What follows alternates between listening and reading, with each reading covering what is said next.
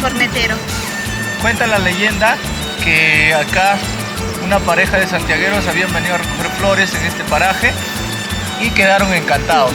En el lugar nos mencionan que encontramos a un cornetero y su cantora con su tiña. Vamos a visitarlo.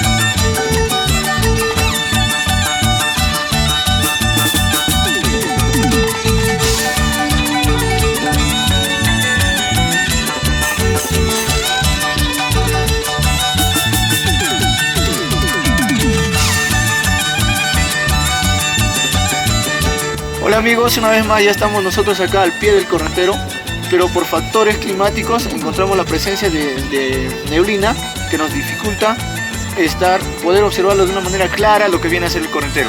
Estamos a una altitud en promedio de 3.900 metros sobre el nivel del mar, típico de la cordillera central de los Andes peruano, y Pichos también en su piso altitudinal pertenece a la cordillera. En ese sentido nosotros estamos acá visualizando todo el panorama que tenemos acá de la zona altoandina de Pichos, y de igual manera estamos a 5 minutos de llegar a una laguna que está al pie de lo que viene a ser el cornetero como paraje principal de nuestra visita el día de hoy.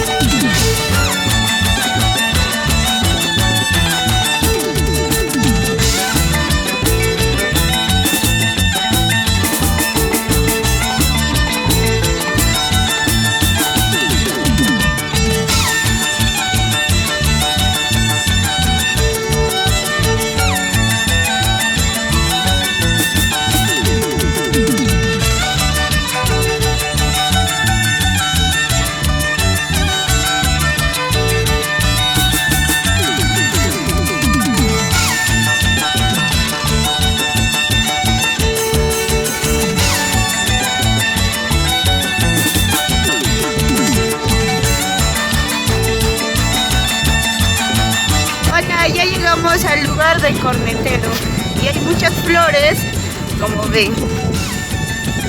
Bueno amigos, nosotros ya como les mencionaba antes estamos ya al pie del cornetero, pero por factores climáticos entendamos en el ecosistema o en lo que viene a ser la cosmovisión andina, de que Cornetero parece ser un cerro que es altamente celoso y que a nuestra llegada ha opacado nuestra visión. No podemos visualizarlo, pero es un bonito paraje a la distancia que hemos podido visualizarlo.